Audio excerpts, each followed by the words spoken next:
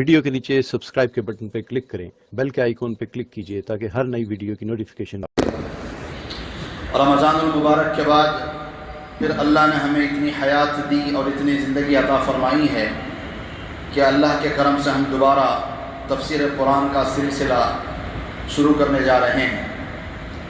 اللہ تعالی ہم سب کو اس حلقے کی قدر کرنے کی توفیق نصیب فرمائے۔ یہ مجلسیں ہیں جو ہمارے ایمان کو زندہ رکھتی ہیں، اس لیے کہ قرآن روح کو زندہ رکھنے کی چیز ہے۔ جیسے غذائیں جسم کو زندہ رکھتی ہیں، ویسے قرآن روح کو زندہ رکھتا ہے، ایمان کو تازگی ملتی ہے، ایمان کو تقویت ملتی ہے۔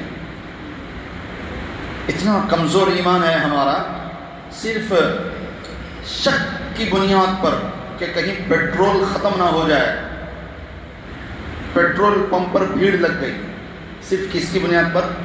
شک کی بنیاد پر۔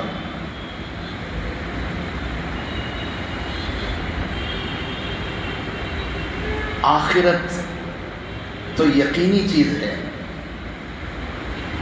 موت تو یقینی چیز ہے، خبر تو یقینی چیز ہے، تو پھر مسجد میں بھیڑ کیوں نہیں لگی؟ جب دنیاوی حالات پر شک کی بنیاد پر بھیڑ لگ سکتی ہے تو وہ تو شک ہے نا۔ یہاں تو یقین ہے کہ مرنا ہے، یہاں تو یقین ہے کہ آخرت ہے، یہاں تو یقین ہے کہ خبر کی زندگی ہمارے منتظر ہے، تو پھر یقینی چیز پر بھیڑ کیوں نہیں لگتی؟ مسجدیں کیوں خالی ہیں؟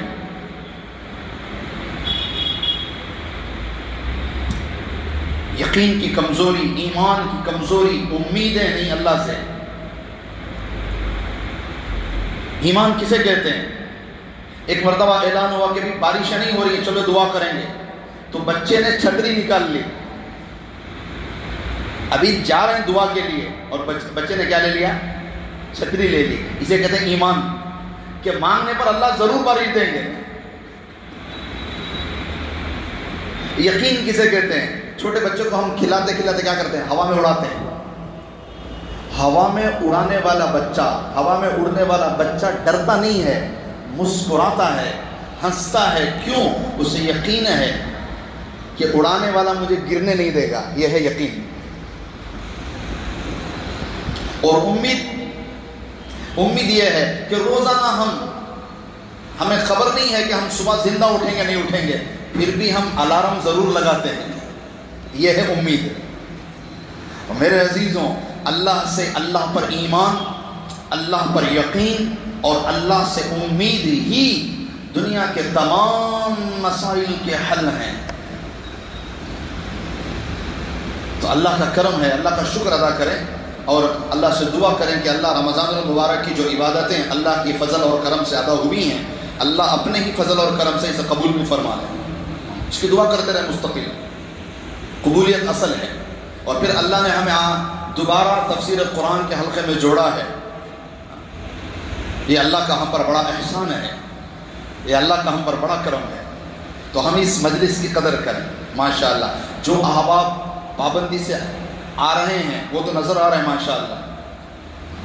کیوں؟ اس لیے کہ سبق چھوٹنے کا ڈر ہوتا ہے، کہیں ناغہ نہ ہو جائے، کہیں کوئی ایک آیت نہ چھوٹ جائے، کہیں کوئی درس نہ چھوٹ جائے۔ یہی چیز ہے جو ہمیں پابند بنائے گی۔ جو پابندی سے نماز پڑھتا ہے نا، وہ انشاءاللہ کبھی کوئی نماز بیچ میں نہیں چھوڑتا، چھوٹتی بھی ہے تو فوراً ادا کر لیتا ہے، اور اسے ڈر رہتا ہے کہ کہیں میری نماز نہ چھوٹ جائے، مستقل پڑھتا آ رہا ہوتا ہے۔ اور جو نہیں پڑھتا پھر وہ فجر بھی قضا، ظہر بھی قضا، عصر بھی قضا، پھر اسے کوئی جو بھی نہیں چڑھتی۔ تو میرے عزیز و میرے بھائیوں، اللہ کا ہم شکر ادا کریں اور دعا کریں اللہ پاک ہمارے اس حلقے میں برکت نصیب فرمائے، اور خود بھی ہم داعی بنیں، دعوت دینے والے بنیں، ایک دوسرے کو دعوت دیں۔ جو ساتھی ابھی شاید سفر میں ہوئے ہیں انشاءاللہ ان کو بھی اطلاع کر دیں، وہ بھی آ جائیں گے جب سفر سے واپس آ جائیں گے۔ ہم دوسروں کو ایک دوسرے کو دعوت دیں، تلقین کریں، واٹس ایپ کے ذریعے، فون کے ذریعے، سوشل میڈیا کے ذریعے اپنے ساتھیوں کو ترغیب دیں کہ بھی تفسیر قرآن کا حلقہ شروع ہو چکا ہے، براہ کرم تشریف لائیں انشاءاللہ، ساتھی کے زیادہ سے زیادہ جڑنے والے بنیں، ٹھیک ہے نا انشاءاللہ۔ اعوذ باللہ من الشیطان الرجیم، بسم اللہ الرحمن الرحیم۔ لن تنالوا البر حتى تنفقوا مما تحبون وما تنفقوا من شيء فإن الله به عليم صدق اللہ العظیم۔ ترجمہ، اللہ تبارک و تعالیٰ کا مبارک اور مقدس اور پاکیزہ ارشاد ہے۔ اللہ پاک فرماتے ہیں تم خیر کامل کو کبھی نہ حاصل کر سکو گے یہاں تک کہ اپنی پیاری چیز کو خرچ نہ کرو گے، اور جو کچھ بھی خرچ کرو گے اللہ تعالیٰ اس کو خوب جانتے ہیں۔ سورہ آل عمران کی یہ آیت نمبر 90 پر 2 ہے، اور یہ چوتھے پارے کی ابتدا ہے، پہلی آیت کریمہ ہے، چوتھے پارے کی پہلی آیت ہے، اور سورہ آل عمران کی آیت نمبر 92 90 پر 2۔ تو ہم اس سے پہلے جو رکے تھے تیسرے پارے کے آخر پر رکے تھے، اور اس آیت کا مفہوم یہ تھا، مطلب یہ تھا کہ قیامت کے دن اگر جہنم کے عذاب سے بچنے کے لیے پوری دنیا کی زمین سونے کی بن جائے اور وہ سب اللہ کو فدیے میں دینے کی کوشش کرے صرف اس لیے کہ میں جہنم سے بچ جاؤں، تو اللہ فرماتے ہیں کہ قیامت کے دن یہ پوری زمین جتنا سونا بھی قبول نہیں کیا جائے گا۔ یہاں پر ہم رکے تھے، اور اگلی آیت کیا ہے؟ نیکی تک، کامل نیکی تک تب تک نہیں پہنچو گے جب تک اپنی محبوب، اپنی مرغوب، اپنی پسندیدہ چیز اللہ کے راستے میں خرچ نہیں کرو گے۔ دنیا میں ایک کھجور، دنیا میں 1 روپیہ، دنیا میں 1 دینار، درہم، ریال، اپنا محبوب مال اللہ کے راستے میں لٹاؤ گے تو پھر کل قیامت میں اس کے انعامات بھی دیکھو گے۔ اگر دنیا میں اپنی محبوب چیز اللہ کے راہ میں خرچ نہیں کرو گے تو پھر قیامت کے دن پوری زمین جتنا سونا بھی دو گے تو بھی قبول نہیں کیا جائے گا۔ یہ اس دونوں آیتوں کا جوڑ ہے۔ قرآن کی ہر آیت دوسرے سے جڑی ہوئی ہے، اسی لیے قرآن کو قرآن کہتے ہیں۔ ایک مطلب تو قرآن کا یہی ہے کہ سب سے زیادہ پڑھی جانے والی کتاب، اسے قرآن کہتے ہیں۔ قرآن کا دوسرا مفہوم یہ ہے کہ ایک آیت دوسری آیت سے، ایک رکوع دوسرے رکوع سے، ایک سورت دوسرے سورت سے، ایک پارہ دوسرے پارے سے جڑا ہوا ہے۔ تو پچھلی آیت میں اللہ نے فرمایا تھا کہ قیامت میں زمین جتنا سونا دو گے تو بھی قبول نہیں، اور دنیا میں اب آگے کیا فرما رہے ہیں؟ دنیا میں 1 کھجور بھی اگر تمہیں محبوب ہے، اگر وہ اللہ کے راستے میں خرچ کرو گے تو پھر اللہ اس کے انعامات قیامت کے دن دیں گے، تم دیکھتے رہ جاؤ گے۔ لن، ہرگز، ایک ہوتا ہے نہیں، ایک ہوتا ہے ہرگز نہیں، دونوں میں فرق ہے۔ عربی میں کہتے ہیں لا، کہ مت آنا، لا مت آنا، اور ایک ہے لن، ہرگز مت آنا، دونوں میں فرق ہے۔ ایک ہے نہیں اور ایک ہے ہرگز نہیں، دونوں میں فرق ہے۔ لن کہتے ہیں ہرگز نہیں، لن تنالوا البر، ہرگز تم نیکی تک نہیں پہنچ سکتے۔ ہرگز، لفظ ہرگز بتا رہا ہے کہ اللہ نے کتنی تاکید سے فرما رہے ہیں ہرگز۔ سبحان اللہ، صرف یہ نہیں کہا کہ نہیں پہنچو گے، نہیں کہا ہرگز نہیں پہنچو گے۔ کہاں تک؟ نیکی تک۔ اچھا، بر کا ایک معنی حضرت عمر بن میمون رحمۃ اللہ علیہ نے بیان کیا کہ یہاں البر سے مراد جنت ہے، البر سے مراد جنت ہے۔ اب اس کا مطلب کیا ہوگا؟ ہرگز جنت میں نہیں جاؤ گے، ہرگز جنت میں نہیں جاؤ گے۔ کب تک؟ جب تک تم اپنی محبوب چیز اللہ کے راستے میں نہیں خرچ کرو گے۔ بر کا مطلب نیکی کا بھی آتا ہے، اور یہاں حضرت نے جو ترجمہ کیا، سبحان اللہ، حضرت نے ترجمہ کیا کامل نیکی۔ ایک ہوتی ہے نیکی، ایک ہوتی ہے کامل نیکی۔ ایک ہے خرچ کر، کسی غریب نے مانگا ہم نے دے دیا، نیت ہماری ثواب کی ہے، اور سامنے غریب کی حاجت ہے، ایک خرچ کرنا یہ طریقہ۔ ایک خرچ کرنا اور ہے، سامنے کسی کی حاجت نہیں ہے، مگر اللہ کے راستے میں اپنی محبوب چیز وقف کرنا، اپنی مرغوب چیز اللہ کے راستے میں لٹانا، یہ الگ مسئلہ ہے۔ اس آیت کے ابتدائی کے حصے میں ایک قسم ہے، اس آیت کے آخری حصے میں دوسری قسم ہے۔ خرچ کرنے کی دو قسمیں ہیں۔ کتنی قسمیں؟ دو قسمیں۔ سب سے پہلی قسم خرچ کرنے کی، سامنے کوئی غریب نہیں، کوئی حاجت نہیں ہے، اس کے باوجود اللہ کے راستے میں کسی چیز کو خرچ کرنا، صرف کس نیت سے؟ اللہ راضی ہو جائے۔ نمبر دو، یہ میری محبوب چیز ہے اور میں یہ اللہ کے راستے میں دینا چاہتا ہوں، یہ اعلیٰ درجے کی قسم ہے، پہلی درجے کی قسم خرچ کرنے کی۔ کیا ہے؟ نمبر ایک، نیت کیا ہونا چاہیے؟ اللہ کے لیے۔ نمبر دو، یہ میں جو خرچ کر رہا ہوں یہ میری محبوب چیز ہے، یہ مجھے بہت پسند ہے، میں پھر بھی اللہ کو دے رہا ہوں۔ یہ پہلے نمبر کا خرچ کرنا۔ دوسری قسم خرچ کرنے کی، کسی غریب نے مانگا، کسی غریب نے آ کر کہا کہ بھی بچی کی شادی ہے، کچھ مدد کر دو، تو تم نے کہا کہ لو بھی 5,000 روپے 10,000 روپے مدد کر دیا، اور نیت کیا ہے کہ اس کی بچی کی شادی ہو جائے اور مجھے اللہ ثواب دے دے۔ یہ دوسری قسم ہے۔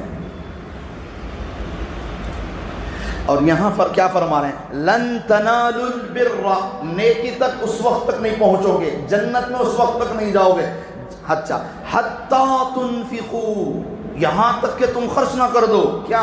مما تحبون، محبت کا لفظ لایا ہے۔ لفظ محبت، کسی چیز سے محبت ہو جاتی ہے۔ بھی 4 گاڑیاں ہیں ہمارے پاس، ایک گاڑی سے مجھے بڑا لگاؤ ہے، یہ گاڑی مجھے بہت پسند ہے۔ میرے پاس 4 گھڑیاں ہیں، یہ گھڑی مجھے بہت پسند ہے۔ بھی میرے پاس 4 انگوٹھیاں ہیں، یہ انگوٹھی مجھے بہت زیادہ پسند ہے۔ میرے پاس بہت سے کپڑے ہیں، مگر یہ والا جو لباس ہے مجھے بہت پسند ہے۔ اسے کہتے ہیں محبت۔ پسندیدہ لباس، پسندیدہ گھڑی، پسندیدہ سواری، پسندیدہ پیسہ، پسندیدہ زیور، پسندیدہ چیز، پسندیدہ زمین، پسندیدہ مکان، پسندیدہ گھر۔ اسی لیے میرے عزیزوں، کامل نیکی کہتے ہیں اپنی پسند کی چیز کو اللہ کے راستے میں دینا، اپنی پسند کو چھوڑ دینا اور کس کے راستے میں دینا؟ اللہ کے راستے میں دینا۔ یہ کامل نیکی ہے۔ دوسری نیکی ہے مگر کامل نہیں ہے کہ غریب نے مانگنا آپ نے دے دیا، نیت ثواب کی ہے، بس بات ختم ہو گئی۔ اس میں ثواب تو مل رہا ہے مگر کامل ثواب نہیں ملا آپ کو۔ یہ دونوں میں فرق ہے۔ نماز کا وقت ہوگا عشاء کا، اب آپ آ رہے ہیں صرف حاضری لگانے کے لیے۔ حاضری لگانے والے کی نماز کیسی ہوتی ہے؟ آخری وقت میں آئے گا جب اتحیات ہوتی ہے نماز میں، اتحیات ملے گی، فوراً 4 رکعت چھک چھک چھک پڑھ کے نکل جائے گا۔ اس نے صرف حاضری لگائی، اس نے نیکی، نماز تو ادا کی ہے اس نے مگر کامل نماز ادا نہیں کی۔ اور ایک بندہ وہ ہے مغرب کی نماز پڑھ کر اس کا دل مسجد میں اٹک گیا، بھئی عشاء کی اذان کب ہوگی، میں کب مسجد کو جاؤں گا، اور جیسے ہی اذان ہوئی مسجد کے اندر آ گیا، جیسے ہی اذان ہوئی وضو کے ساتھ مسجد میں پہلی صف میں بیٹھا ہے نماز کے انتظار میں، سنتیں بھی پڑھ رہا ہے، نوافل بھی پڑھ رہا ہے، اب فرض کے اندر کھڑا ہو رہا ہے، اب دل لگا کے نماز پڑھ رہا ہے۔ یہ ہے کامل نماز۔ ایک ہے حاضری لگانا، ایک ہے دل لگا کے نماز پڑھنا۔ حاجی ہمارے جو حجاج حج کو جاتے ہیں لاکھوں روپے خرچ کر کے جاتے ہیں، جب قربانی کا دن آتا نا مینا میں تو چھوٹی سی مناسب بکری ڈھونڈتے رہتی، 10-20 ریال بچانے کے لیے، 20-40 ریال بچانے کے لیے۔ بھئی یہاں پر آپ نے لاکھوں روپے خرچ کر کے آپ حج کو گئے ہیں، ابھی تو 6 لاکھ 7 لاکھ ہو رہے ہیں پرائیویٹ کے اندر، 3 لاکھ 3.5 لاکھ 4 لاکھ تو گورنمنٹ کا ہو گیا اور پرائیویٹ تو اس سے ڈبل ہو گیا۔ تو اتنے لاکھوں روپے خرچ کر کے جا رہے ہو اور مینا میں آپ ایسی بکری تلاش کر رہے ہو، خون قربانی ہوگی تو بس۔ اچھا نیت کیا ہے کہ نیت بھی گوشت ہمیں کھاتے نہیں، پورا بکرا کھانا ہو رہا ہے، اب اس سے خالی 1 سال کی گزرتی بکری تو دھلے خط فوراً نہیں، یہ نیکی ہے، کامل نیکی نہیں ہے۔ شوق والی عبادت الگ ہے، شوق والا عمل الگ ہے۔ شوق والی جو چیز ہوتی ہے نا وہ روزانہ ترقی کرتی ہے۔ شوق والا عمل کیا کرتا ہے؟ روزانہ اس میں اپڈیٹ ہوتے رہتے ہیں آپ لوگ، اس میں ترقی کرتے ہیں۔ اور جو صرف مجبوری میں حاضری لگاتے رہتے ہیں اس میں کوئی ترقی نہیں ہوتی، اس میں کوئی اپڈیٹنگ نہیں، بھائی بس وہیں پر اٹکے ہیں آپ، لکیر کے فقیر بنے ہوئے ہیں۔ تو میرے عزیزوں میرے بھائیوں، تو ایک ہے کام نیکی، ایک ہے کامل نیکی، ایک ہے اللہ کے لیے اپنی محبوب چیز دینا، نمبر 2 غریب کی حاجت سامنے ہے اور ثواب کی نیت سے دینا. اتنا بات سمجھ گئے؟ اب آگے بڑھو. لن تنالوا البر، نیکی تک نہیں پہنچو گے، جنت تک نہیں پہنچو گے، حتی تنفقوا مما تحبون، جب تک کہ تم اپنی محبوب چیز نہ لگاؤ اللہ کے راستے میں. اور حضرات صحابہ کا ایمان دیکھیں آپ، جو جیسے قرآن اترتا تھا فوراً صحابہ عمل میں آ جاتے تھے، فوراً صحابہ حرکت میں آ جاتے تھے. یہ نہیں کہ ابھی حکم اترا ہے، ابھی دیکھیں گے آئندہ کیا اترے گا، ابھی دیکھیں گے نبی اس کی آپ صلی اللہ علیہ وسلم کی کیا وضاحت فرمائیں گے. نہیں، اللہ کا کلام اترا، کانوں کے اندر قرآن کی آیت نبی پڑھ کر سناتے، اور جیسے ہی عنوان اندر اترتا فوراً عمل کرنے کی ان کی عادت تھی. چوں و چرا، تاخیر، سوچ فکر اس کی کوئی گنجائش نہیں، عمل فوراً کرنا تھا. یہ صحابہ کا ایمان ہے. جیسے ہی آیت اتری نا، سورہ آل عمران کی آیت نمبر 90 جب اتری تو فوراً حضرت عمر بن خطاب رضی اللہ تعالیٰ عنہ آ گئے، آ کر کہا کہ اے نبی جی، میرا اللہ میرا محبوب مال چاہتے ہیں. سبحان اللہ، میرا اللہ میرا محبوب مال چاہتے ہیں، مجھے کیا پسند ہے میرا اللہ وہ چاہتا ہے. اے نبی جی، میرے سارے مال میں خیبر کے سفر میں جو مجھے زمین ملی ہے، یہ زمین بڑی عمدہ، بڑی قیمتی، بڑی زرخیز اور بڑی زبردست زمین ہے، اور مجھے میری ساری جائیداد میں یہ زمین پسند ہے. اے نبی جی، یہ زمین اللہ کے راستے میں اللہ کے ساتھ اللہ کے لیے حاضر ہے. سبحان اللہ.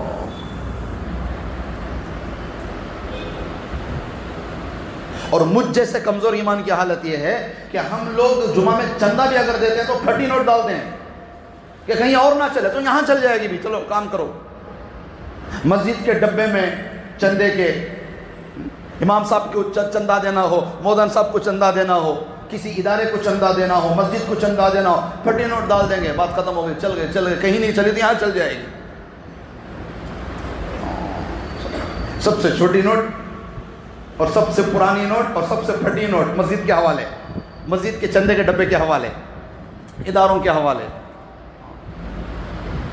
اور یہاں کیا فرما رہے ہیں؟ سبحان اللہ، میری زمین میں، میری ساری جائیداد میں خیبر والی زمین بڑی قیمتی ہے. اے نبی جی، یہ میرا اللہ چاہتا، محبوب چیز میری، مما تحبون، اے میرے بندے جو تجھے پسند ہے وہ لا کر دے.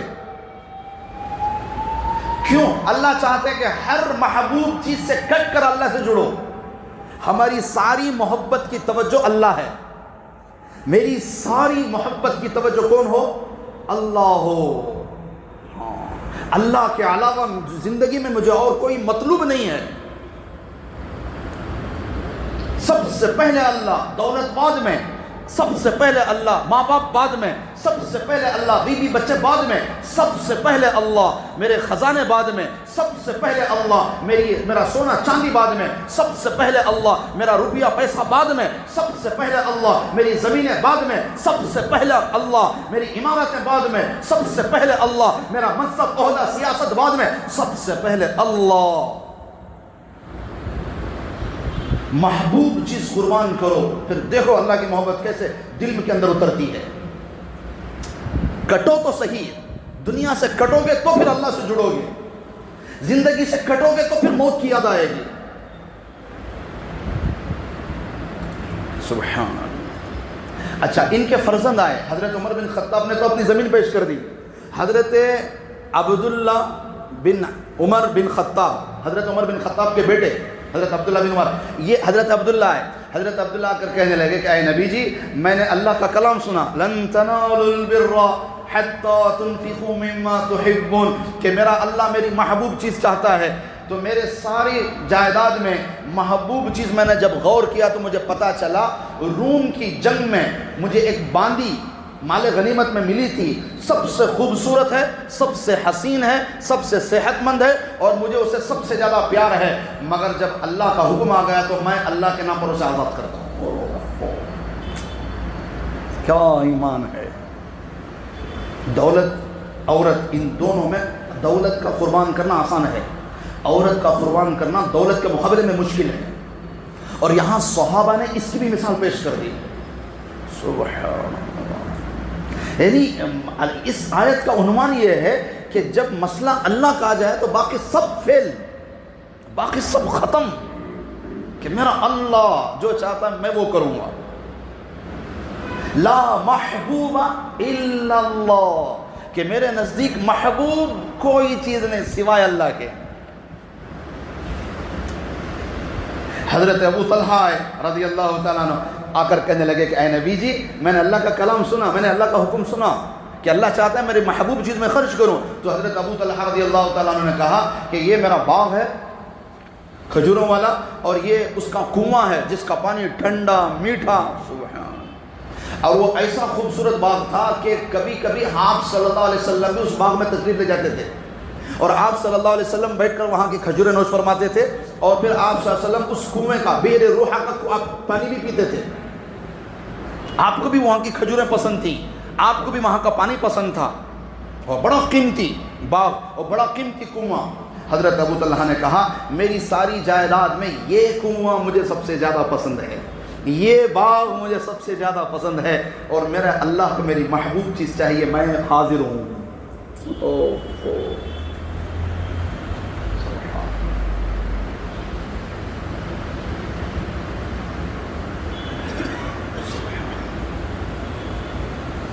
اللہ ہمیں بھی ایسے صفات نصیب فرمائے، ایسے صفات نصیب فرمائے، ایسے صفات نصیب. کیا ایمان تھا، سبحان. اور یہ کوئی پیدائش مسلمان نہیں تھے، ایک زمانہ بت پرستی میں گزرا ہے، ایک زمانہ بتوں کی پوجا کی ہے انہوں نے، کعبے میں 360 رکھ کر ان کو مانا ہے، آدھی زندگی ان کی اس میں گزری ہے. بعد میں یہ لوگ بدلے ہیں، اسلام میں آئے ہیں، مسلمان ہوئے نبی کے صدقے سے. اور ایمان کا معیار دیکھیں آپ، ایمان کا وزن دیکھیں ان کا کتنا ہے. یوں اللہ کا کلام حکم سامنے آ گیا، عمل فوراً ہے. اسی لیے اللہ فرما رہے ہیں آمنو کما آمن الناس، ایمان ایسے لاؤ جیسے میرے صحابہ ایمان لائے تھے. کیفیت تو پھر مشکل ہے، کیفیت ایمان کی جو کیفیت ہے، عبادات کی جو کیفیت ہے، محبوب تو ہے مگر مطلوب نہیں ہے. صحابہ جیسی کیفیت شاید ہم قیامت تک پیدا نہ کر سکیں. ہاں صحابہ نے 1 لاکھ روپیہ خرچ کیا تو ہم بھی خرچ کر لیں گے، برابر تو ہو جائیں گے، مگر ان جیسی فیلنگ، ان جیسی کیفیت شاید پیدا ہونا مشکل ہے.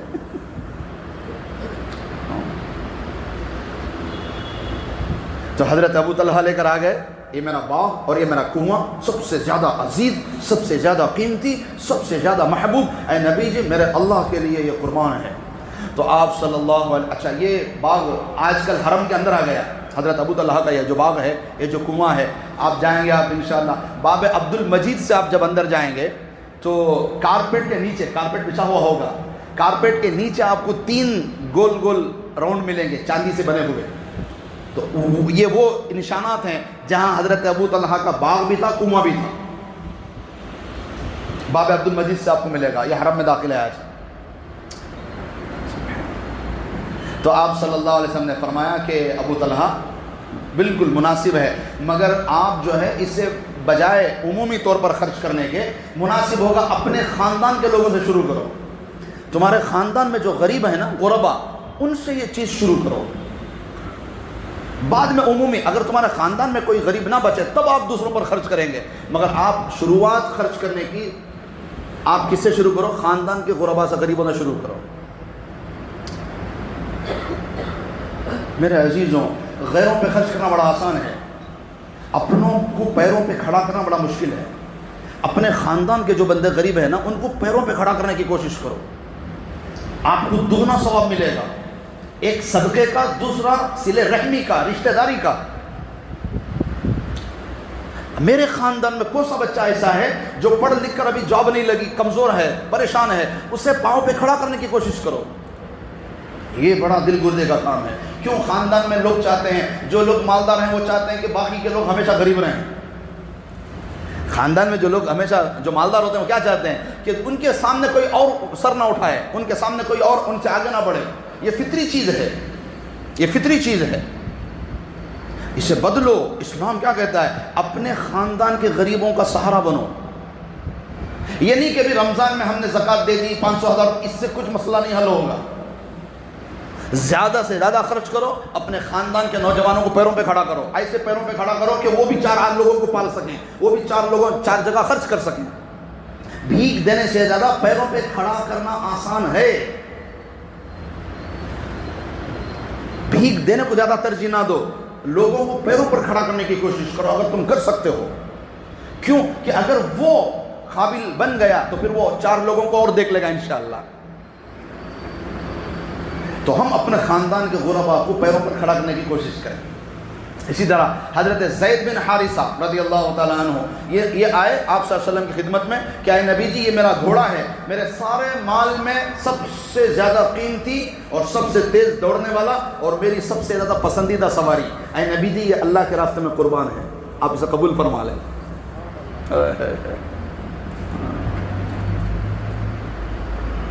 ہم صرف تصور کریں، اتنی زندگی ہماری ہو گئی 30 سال 40 سال 50 سال، کیا ہم نے کبھی ایسا خرچ کیا ہے؟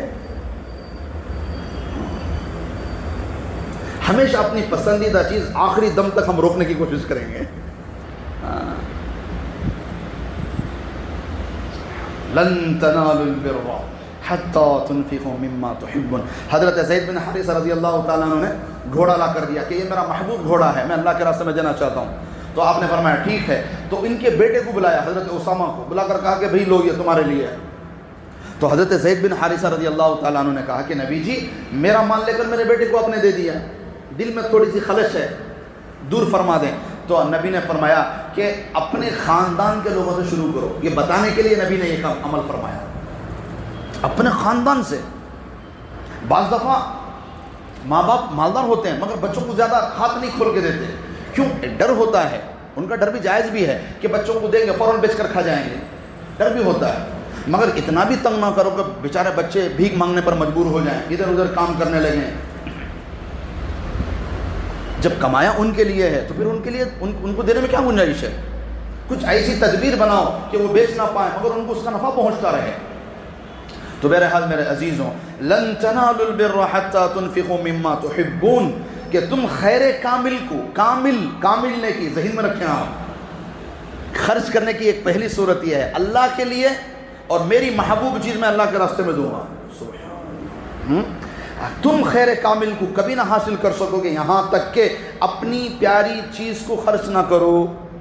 اپنی پیاری چیز کو اللہ کے راستے میں لگاؤ، جو تمہیں پسند ہے وہ اللہ کے راستے میں لگاؤ. وَمَا تُنْفِقُوا مِنْ شَيْءٍ فَإِنَّ اللَّهَ بِهِ عَلِيمٌ. اور اللہ پاک کا فرمان ہے اور جو کچھ بھی خرچ کرو گے اللہ تعالیٰ اس کو خوب جانتے ہیں. دل میں کیا نیت ہے، دل میں کیا کیفیت ہے، اللہ کو سب معلوم ہے. اللہ کے راستے میں خرچ کرو، اللہ برکت دیں گے. مَا نَقَصَتْ صَدْقَةٌ مِّن مَّالٍ، صدقے سے کبھی مال کم نہیں ہوتا. یہ حدیث ہے. اور قرآن کہ آیت 270 پر 6 سورہ بقرہ اللہ فرماتے ہیں یمحق اللہ الربا ویربی الصدقات، کہ اللہ سود کو ختم کر دیں گے اور اللہ صدقے کو بڑھائیں گے. صدقے کی اللہ پرورش کرتے ہیں کہ ایک کھجور اللہ کے راستے میں دو گے کل قیامت میں پہاڑ کے برابر اجر ملے گا. یہ اللہ اسے پالیں گے صدقے کو، اور سود کو اللہ ختم کر دیں گے. جتنا بھی پیسہ ہوگا سب ختم کر کے دکھائیں گے. تو میرے عزیزوں، میرے بھائیوں، میں بھی کوشش کروں، آپ بھی کوشش کریں، اللہ کے راستے میں اپنی محبوب چیز لگائیں. انشاءاللہ کریں گے نہیں انشاءاللہ جی.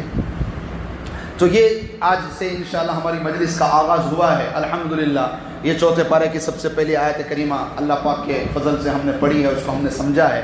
تو اللہ ہم سب کو جو ہم قرآن پڑھتے ہیں، جو حکم ہمارے سامنے آتا ہے، کوشش کریں کہ اگر میرے اندر اس کی استطاعت ہے، اگر میرے اندر اس کی طاقت ہے تو میں فوراً اس پر عمل کرنے کی فکر کروں انشاءاللہ. زندگی مختصر ہے، زندگی کا کوئی بھروسہ نہیں ہے، کب کیا ہو جائے. حالات ایسے ہیں میرے عزیزوں، دنیا کے حالات بھی ہمارے سامنے ہیں، ملکی حالات بھی ہمارے سامنے ہیں، اور انفرادی حالات بھی ہمارے سامنے موجود ہیں. تو ہم سب اس بات کی کوشش کریں اور اس نیت سے آئیں کہ یا اللہ تیرے کلام کو سننے کے لیے آ رہے ہیں، اور تیرے کلام میں جو تیرا فرمان سامنے آئے گا اگر میں اس کی طاقت رکھتا ہوں تو یا اللہ میں اسے ضرور پورا کروں گا انشاءاللہ. اللہ ہم سب کو اس کے عمل کی توفیق نصیب فرمائے.